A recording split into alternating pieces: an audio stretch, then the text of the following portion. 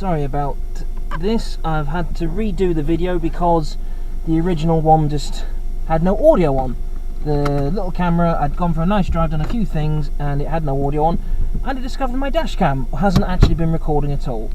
So we'll do this again. So what was I talking about in part 3 of the F1 related issues? Well, one thing that F1 needs to start doing, now this is what Hamilton said, I'd love to rip him for it, but he's dead right, as is the guys who run Formula E, etc. We need to be doing a bit more to save the environment within F1. Now, there is some sort of carbon fibre that you can use. I know Porsche have just recently used it on the new Cayman, where you can, it's got some sort of plant base to it. Maybe we should look into using that if F1 isn't already doing so. The other thing I think they need to look into is more like biofuels and the like, and more electric power. I know Bernie Ecclestone said this once, and I'm sure I thought he was batshit crazy. I don't remember what exactly my viewpoint, but I'm sure I thought he was batshit crazy.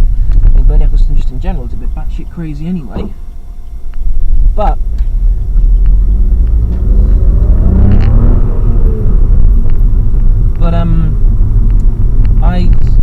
he had an idea of having F1 cars come into the pit entirely on electric energy only. So I think if we go down the route trying to increase the amount of electricity the cars are using from regenerative braking, they can then start to well, become a bit more environmentally friendly. The other thing would be to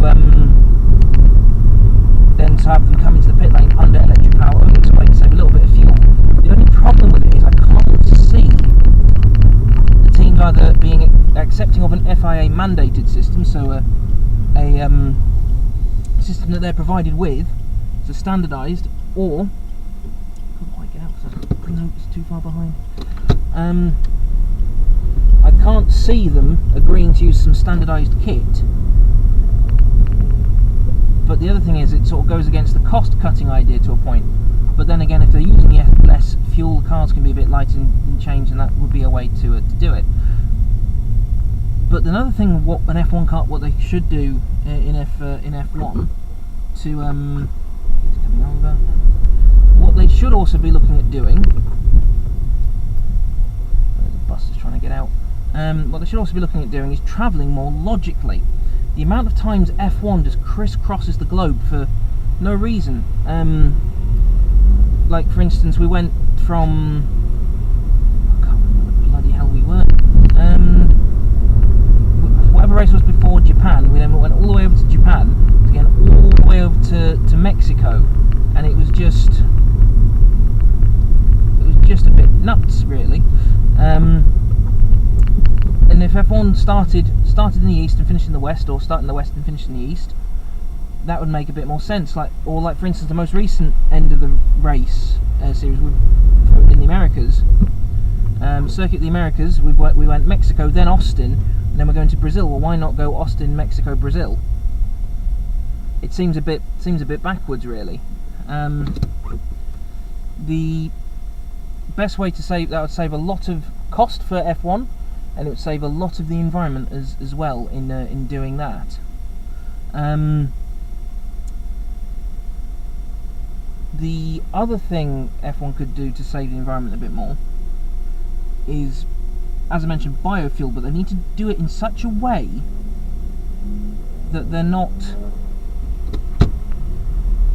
how to put it, and that they're not causing more scandal. What I mean by causing more scandal, there's been scandal before with biofuel, where the plants that they use to make the biofuel have been grown in third world countries or on land that desperately should have been used for food production, not for fuel.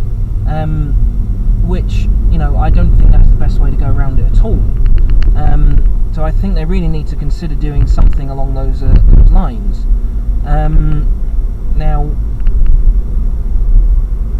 as to how feasible that would be, I don't know, because it might not be that easy to integrate with the current hybrid systems. But I do think it's something that F1 has to consider. Oh God, people, traffic. It's something that F1 does need to consider doing. Now, as to how best to go about it. There isn't really a way to do it, but I do seriously think, given that they've already got the regenerative technology on the cars, I do think electric power into the pits and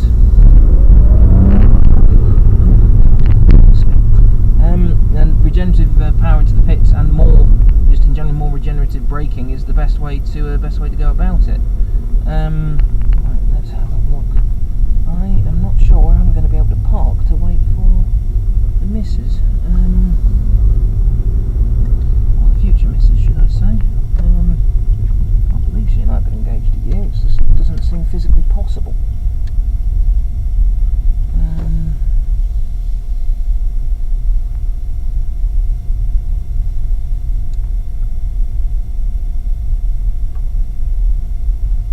Right, so I'm just trying to work out where best to go in this car park, because it just isn't.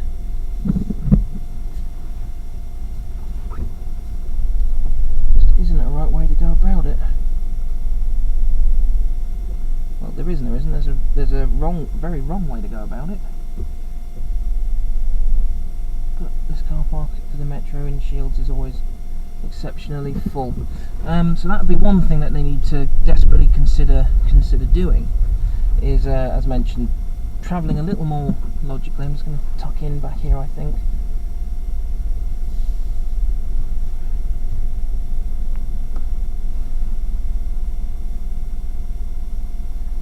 If they can travel just a little bit more logically, then, you know, they might save a huge amount of fuel. It will stop F1 being such an image of image of excess. The other thing I think they desperately need to do is to get rid of blue flag. What on earth's going on? Sorry, there was a police van on the way up. I don't know if I haven't decided if I'm putting the dash cam video in. I might do, because I saw a quick look at it and it's really good quality, so I'll need to do a little review of the dash cam itself, because it's far better than the one I had before.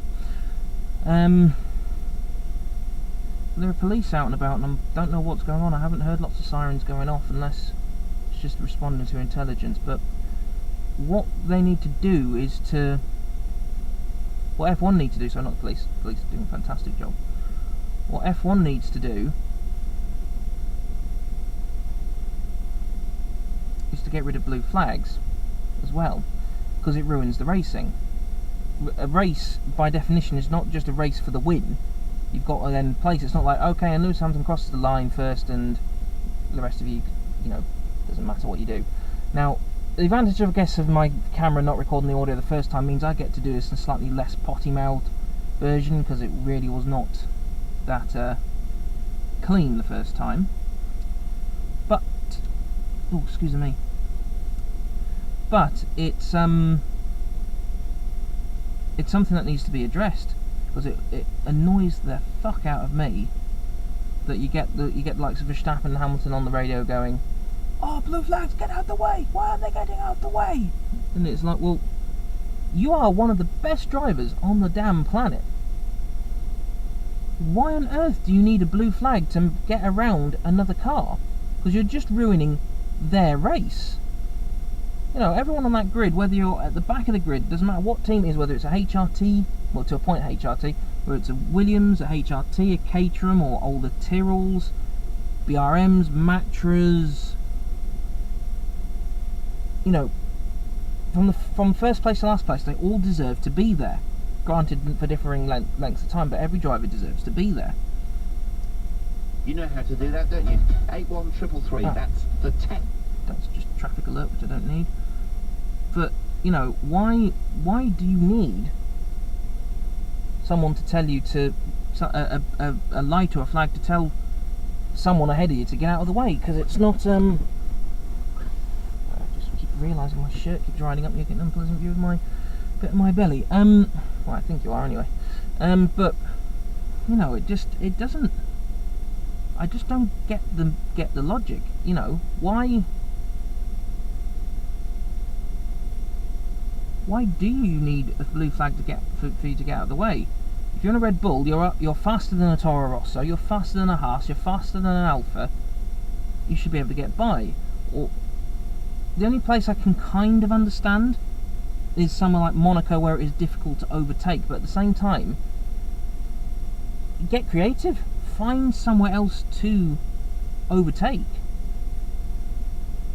There's not really an awful lot else you can do in relation to that. If you find somewhere more creative to overtake, then you're going to create more racing. As mentioned, when you if you created cars that could overtake, then that issue wouldn't happen at places like Monaco. But blue flags wind me up, because why should Russell and Kubica, for instance, have to bail out of everyone's way when they're trying to push their car as hard as it possibly can? Whether it's got spares for it or not is another matter altogether, but why should they be having to push their cars as hard as possible and then suddenly have to back off to get out of your way? What if that Williams is in the place in a position to get its first points of the year, and then it loses it because it bailed out of your way and someone took an opportunistic dive and took the point off them? I appreciate the Williams have got a point, but as in a first point on, well, it's wrong to say that Kubica didn't get the point on merit because he was in the right place at the right time and in the good place to take advantage of the penalty that someone got for him to get the point. But if the Williams was genuinely in like 8th or 9th place just purely on pace, why should they then run the risk of losing their points because they're having to bail out of the way for the leaders? You know, you're in the top team because you're that good, you know, or at least that's what it's supposed to be. You're meant to be that good. I think that might be Sarah's Metro. I hope it is. Uh-oh. They're gonna be. Oh, there must have been an incident then, because we've got the gloves on. But you know, you don't need blue flags to tell people for you to get out of the way. You have the superior car. You should get by. End of discussion. And if you if you screw it up or fuck it up, then that's on you for making that mistake.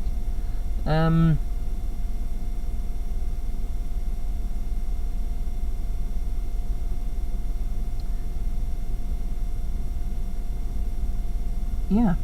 Sorry, I've just got distracted by what the police were doing on the metro. I'm not entirely sure myself.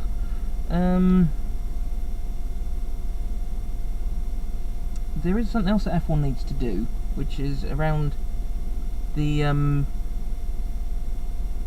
distribution of its material, which I will get into in just a second. Just waiting for Sarah to get in the car.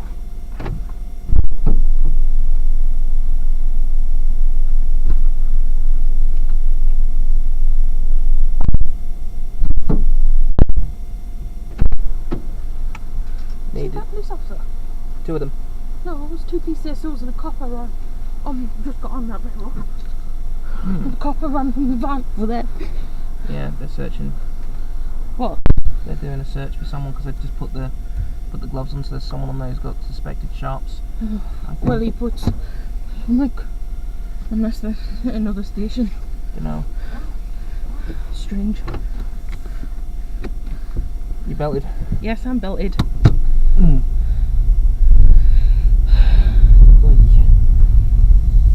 You guys, the van's over there. It is indeed.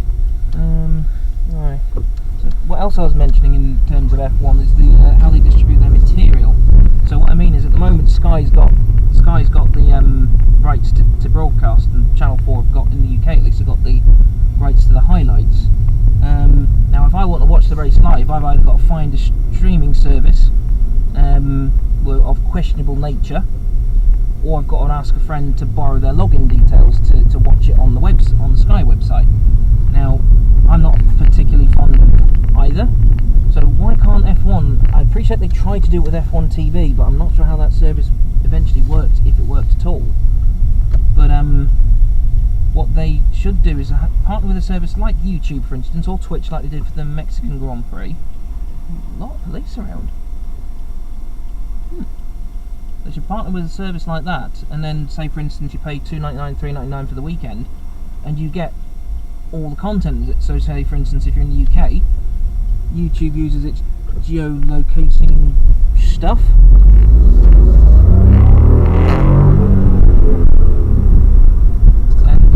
And it gives you the Sky feed, for instance. That would be, for me, the way to go around it. But it's, I don't know if they're ever actually gonna do that. It's just mind-boggling, really, as to what how they're gonna do it, because they must have lost out so much revenue from not having it on the BBC, or from people not having it, because I can't afford to pay Sky. I can barely afford to pay for TalkTalk at the moment, just to have my internet to even get the results, never mind paying for a TV package on top of that. But the other thing is, on principle, I don't really want to give more money to, what's his name, Rupert Murdoch, person who owns Sky and News International and everything else. I don't really want to give him any more money. Stupid wazzock that he is. The other thing, really, I think F1 needs to change, but this is not recent F1 itself as control of it, it's more to do with the fans. It's more because they're so, when you look at them online, they're so picky and petty and just, I can't really think how to describe it, really, beyond picky and petty. It's just like, oh, you stupid twat. Well, what? I appreciate when it comes to the internet, there's always going to be trolls and keyboard warriors and the like, but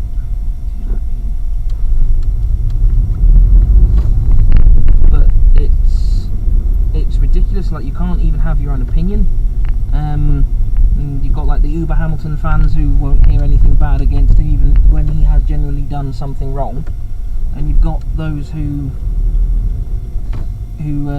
just, well, they just go for the hatred, really, don't they? They're just in general not a very nice bunch of people for the most part. Right, so I have got something to pick up, because I was here a few minutes ago and forgot to pick up something. So, unless you've got anything to add in. I don't know if you can see that, she's nodding no. Oh, that was tight. Well, he's driving a Duke, he's a stupid fuck for driving one of those in the first instance, but anyway, I'll be off. We don't know if there's going to be a part 4 of this. Maybe I might do this sort of video a bit more often, maybe I won't. Maybe even if we do it this way, Sarah might weigh in a bit more with things, I don't know. But anyway, stuff to do, drive safe, look after yourselves, and we'll see you in the next edition.